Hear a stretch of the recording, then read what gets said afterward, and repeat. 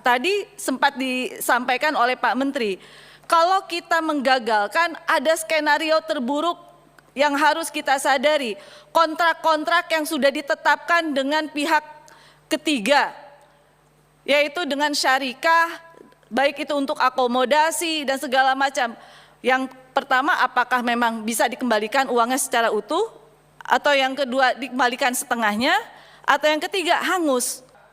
Skenario kita itu perjalanan untuk 40 hari.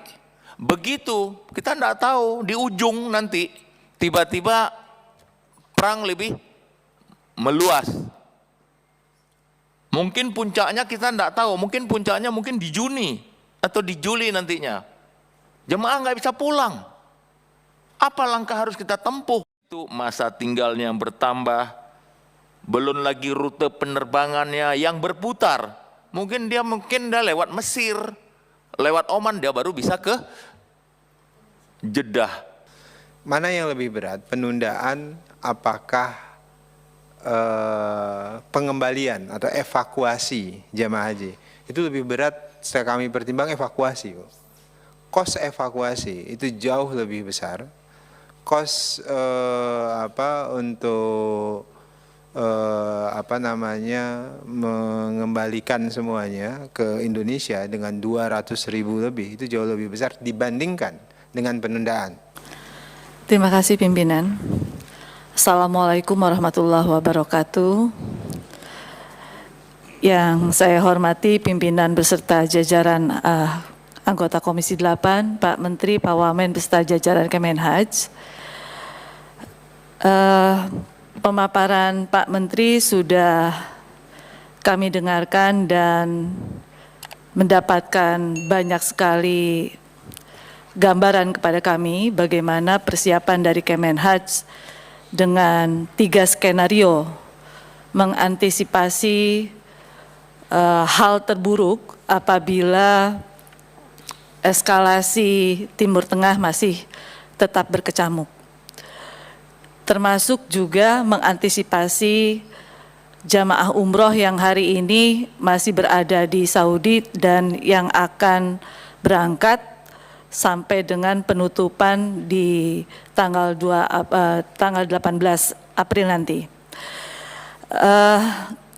Saya hanya ingin mengingatkan saja kepada Pak Menteri, berkali-kali Komisi 8 sudah mengingatkan bahwa kita harus punya skenario mitigasi kedaruratan apabila terjadi hal-hal yang tidak diinginkan.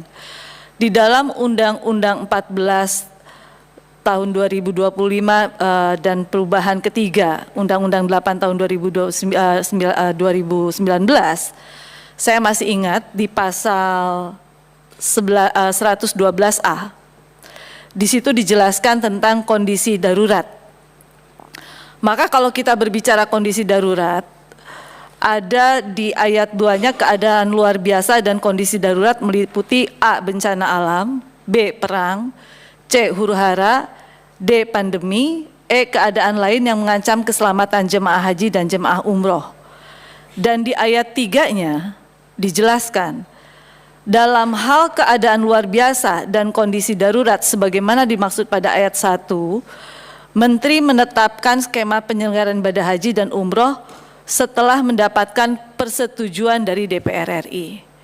Maka hari ini Pak Menteri menyampaikan kepada kami dengan 3 skema tadi, tetapi saya masih jujur belum bisa menyetujui dalam hal skema yang disampaikan oleh Kemenhaj, karena masih belum straight to the point. Bapak masih hanya berbicara untuk jamaah haji reguler. Padahal kuota haji yang diberikan oleh pemerintah Saudi Arabia sebanyak 221.000 jamaah itu meliputi jamaah haji reguler dan jamaah haji khusus. Maka mitigasi ini pun seharusnya juga meliputi untuk jamaah haji khusus. Kita hanya berfokus kepada jamaah haji reguler semua yang disiapkan oleh kita. Tetapi bagaimana dengan jemaah haji khususnya? Ada missing di situ. Jangan sampai nanti DPR diminta untuk persetujuannya, tetapi kita lost terhadap jamaah haji khusus yang sebetulnya menjadi bagian dari penyelenggaraan Bapak juga. Jamaah haji khusus itu penerbangannya bukan kita yang menentukan, Pak Menteri. Mereka menentukan sendiri. Kita nggak tahu mereka menggunakan pesawatnya Garuda Airlines, Saudi Arabia, Emirates atau apapun. Penjadwalannya juga kan nggak pasti. Maka skenario terburuknya seperti apa? Saya tidak mendengarkan nih dari penjelasan Pak Menteri di dalam antisipasi mitigasi ini. Nah, jadi itu yang menurut hemat kami bahwa banyak hal yang masih harus diperdalam kembali terkait dengan antisipasi mitigasi terhadap kedaruratan. Saya sepakat Pak Menteri, kita menetapkan 3 skenario. Pertama, skenario kita tetap berangkat tanpa ada perubahan sama sekali. Yang kedua, kita memberangkatkan tetapi dengan skenario ada antisipasi, yaitu perubahan rute penerbangan. Kemudian akibat rute penerbangan otomatis harus ada perubahan biaya. Pada saat ada perubahan biaya, maka harus disadari juga oleh kita semua, perubahan biaya ini harus ada pembahasan mendalam dan kesepakatan juga antara Kementerian Haji dengan DPR, yaitu perubahan BPIH. Kondisinya bagaimana nih? Nah, di dalam halaman yang Bapak berikan kepada kami, di halaman 9, di situ disebutkan prinsip utamanya. Saya sepakat, ada 5 prinsip utama. Dari mulai keselamatan jamaah dan prioritas utama, saya sepakat. Keselamatan dan pengambilan keputusan prudential approach, saya sepakat. Tetapi ada miss yang tertinggal di situ. Mengenai keuangan, anggaran. Jangan sampai kita berbicara tentang keselamatan dan segala macam, tapi anggarannya tidak kita perhatikan. Karena bagaimanapun juga, pada saat kita berbicara mitigasi, anggaran pasti akan mengikuti di situ. Pak Menteri sempat bilang di halaman berikutnya nih, perubahan rute akan merubah juga pembiayaan. Hari ini tadi sempat disindir oleh Pak Pimpinan, harga minyak dunia di tanggal 9 Maret saja sudah sampai 120 US dollar per barrel. Hari ini sudah turun di 87 kalau tidak salah atau sekian barrel. Tapi kalau eskalasinya naik lagi, saya tidak tahu nih, apakah akan ada defisit anggaran juga di situ. Kalau ada defisit anggaran, maka akan ada perubahan juga di situ. Ya tentu akan ada perubahan aftur, akan ada perubahan pelayanan terhadap para jamaah. Akomodasinya seperti apa? Nah, saya tentu saja dari fraksi PDI Perjuangan perlu adanya pendalaman kaitan dengan anggaran yang pelibatannya tidak hanya diputuskan oleh Kemenhaj, harus ada BPKH dilibatkan di situ. Bagaimana kondisi keuangan yang harus dipersiapkan? Pak Menteri sampaikan di sini, eskalasi apabila yang skenario ketiga, jamaah kedaruratan kita tidak memberangkatkan jamaah. Apabila kita tidak memberangkatkan jamaah, otomatis antrian akan lebih panjang. Tetapi di luar antrian yang paling panjang, di situ juga ada kemungkinan jamaah akan mengambil BPIH-nya, akan mengambil BP-nya, atau otomatis akan merubah lagi nomor urutnya dan lain-lain sebagainya. Nah, atau kalau misalnya kita tetap akan memberangkatkan jamaah dengan skenario kedua, kondisi keuangan BPKH ini apakah kita akan mengambil dari nilai manfaat yang sudah kita putuskan? Apakah akan kita bebankan kepada para jamaah? Kan tidak mungkin. Mengambil dari APBN pun tidak ada. Yang tahu itu siapa? BPKH, meskipun saya sudah tahu ada rumusannya. Kita punya buffer stok dari uang COVID yang tidak dipakai. Tapi kan harus ada persetujuan DPR di situ. Dan kondisinya harus kondisi darurat. Gitu. Nah, tentu Pak Menteri, saya menyadari bahwa ini kondisi tidak baik-baik saja.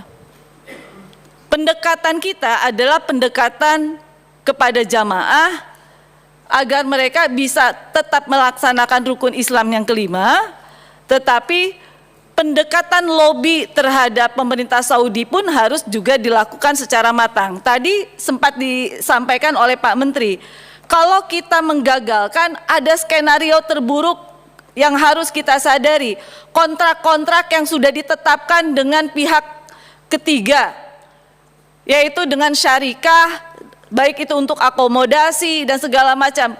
Yang pertama, apakah memang bisa dikembalikan uangnya secara utuh, atau yang kedua dikembalikan setengahnya, atau yang ketiga hangus.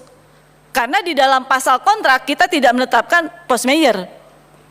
Nah, tentu ini menjadi evaluasi kita semua, bahwa sebetulnya yang harus kita sepakati hari ini adalah hal-hal yang sudah diingatkan oleh DPR pada saat rapat-rapat sebelumnya, tentang kondisi terburuk apabila ada hal yang tidak diinginkan. Nah, saya tentu saja ingin pelaksanaan ibadah haji ini tetap berjalan.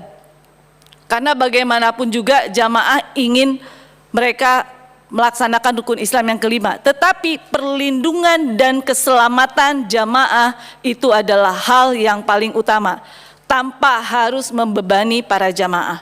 Mungkin itu saja yang bisa saya sampaikan. Terima kasih banyak. Wallahu muwaffiq ila aqwamit thoriq. Wassalamualaikum warahmatullahi wabarakatuh. Gus Menteri yang saya hormati dan saya muliakan, ya memang tadi saya setuju dengan pendapat teman saya Teh Seli, karena ini segala sesuatu bisa terjadi, mestinya di tempat kita ini ada BPKH.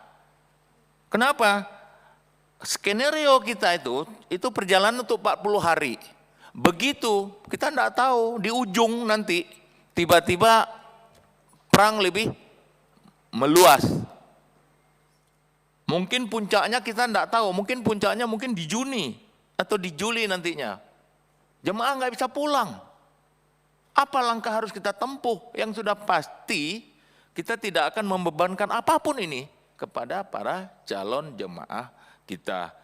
Ya, tentunya di situ masa tinggalnya yang bertambah, belum lagi rute penerbangannya yang berputar. Mungkin dia lewat Mesir, lewat Oman dia baru bisa ke Jeddah. Karena ini juga ya mungkin ya, ini pengalaman Gus Menteri pada tahun 2022 itu pesawat Saudi Air dia minta tactical landing, dia minta tambah uang. Ini apalagi kita berasumsi bahwa kontrak yang sudah dibayar itu tidak ada penambahan, tapi begitu rute dirubah, kita juga harus mempersiapkan ini semuanya, dan itu semuanya biaya-biaya yang harus kita keluarkan. Makanya hal seperti ini memang harus betul-betul kita lihat ya, karena kita tidak bisa memprediksikan sampai di mana selesai tentang konflik yang ada antara Iran, Amerika, dan Israel hari ini. Pak Menteri, Pak Wakil Menteri, dan para pejabat di luar Kementerian Haji, saya lebih menyoroti soal kebijakan ke depan. Tadi ada sahabat saya dari Nasdem yang bulan yang akan menyoroti soal teknis. Kalau saya sih berangkat dari skenario ini, sebenarnya skenario Tuhan, Allah yang punya skenario. Jadi tidak perlu dibagi dua, jadi atau tidak jadi, kita sih berusaha untuk jadi. Siapa yang mau bayangkan ada konflik Iran? Dan juga apakah kita juga yakin bahwa nanti habis Lebaran masih terjadi perang? Enggak juga kan, enggak bisa diprediksi. Oleh karena itu kalau saya lihat di masyarakat, mereka enggak takut tuh. Para jamaah sih lillah aja, lillahi ta'ala, siap dalam keadaan apapun. Iya, ya kan gitu. Orang nggak nyangka dulu ada di Mina terjadi korban. Itu udah serahkan pada Allah. Tapi yang penting kita kan sudah mempersiapkan diri. Kalau kita dengan para analis dan barang kita diskusi juga mereka juga nggak bisa memastikan. berbagai propaganda, ada juga bersumber dari yang baru pulang dari Iran sendiri. Dan kita yakin Iran juga akan nggak akan nembakin Mekah, nembakin kapal pesawat haji sampai daerah jelas. Mereka serba computerized, serba teknologi tinggi. Mereka tahu titik mana.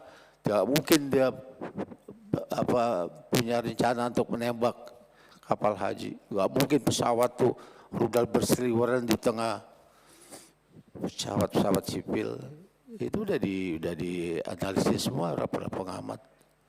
Jadi kalau saya sih jadi aja udah dengan skenario insya Allah menyelamatkan kita semua dengan niat haji. Amin, gitu aja udah, terima kasih.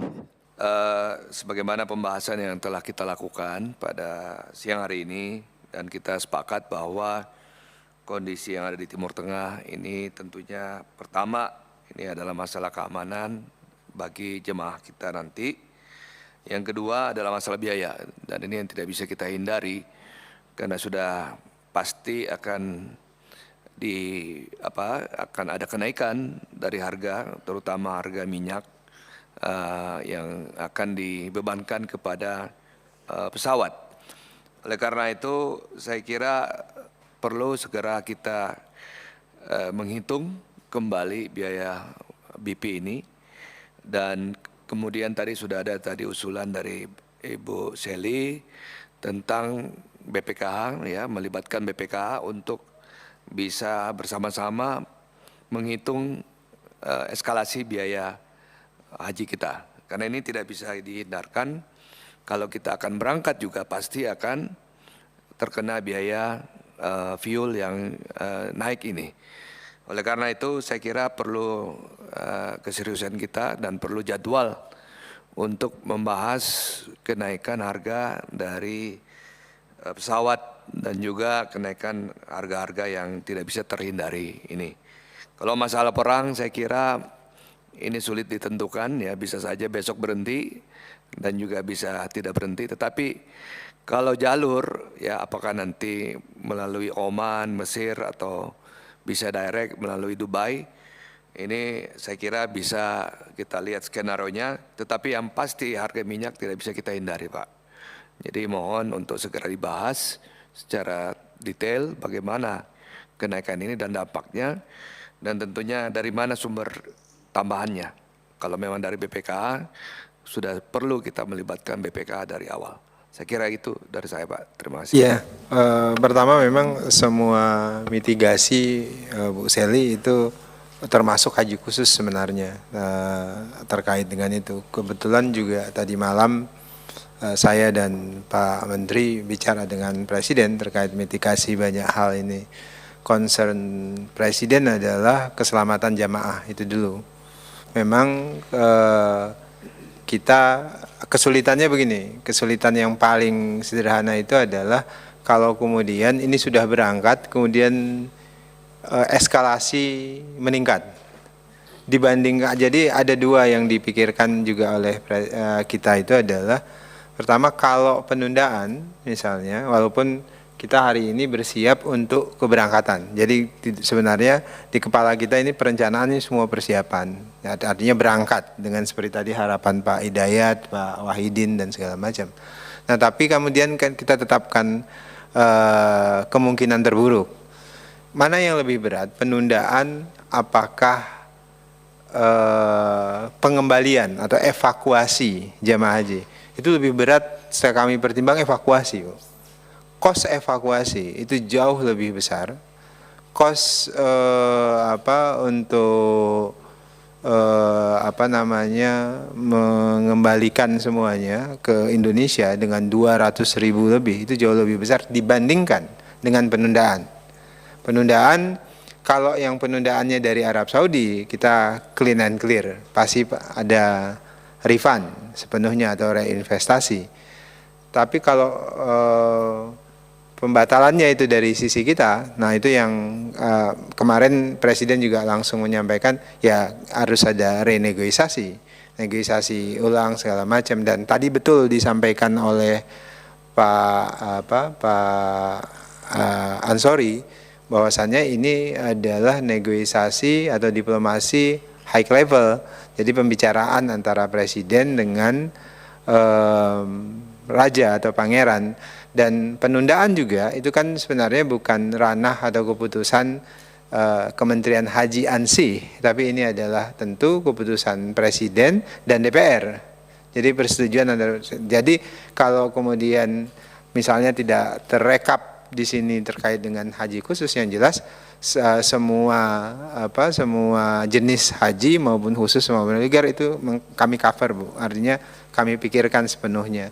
Nah, ini kan ada dua perspektif yang harus diluruskan, Bu. Pertama adalah tugas keselamatan atau menjaga keselamatan warga negara. Kedua adalah penyelenggaraan hajinya. Penyelenggaraan haji adalah tanggung jawab kami. Penyelenggaraan umroh melalui PPIU itu adalah tanggung jawab kami. Tapi tugas menjaga keselamatan sebenarnya itu adalah wewenang dari Kementerian Luar Negeri. Nah, oleh sebab itulah kami selalu kerja bareng nih, Pak. Makanya ketika himbauan penundaan umroh itu bukan keputusan tunggal himbauan dari Kementerian Haji, tapi itu adalah keputusan atas dasar rekomendasi dari Kementerian Luar Negeri melihat eskalasi yang terus meningkat.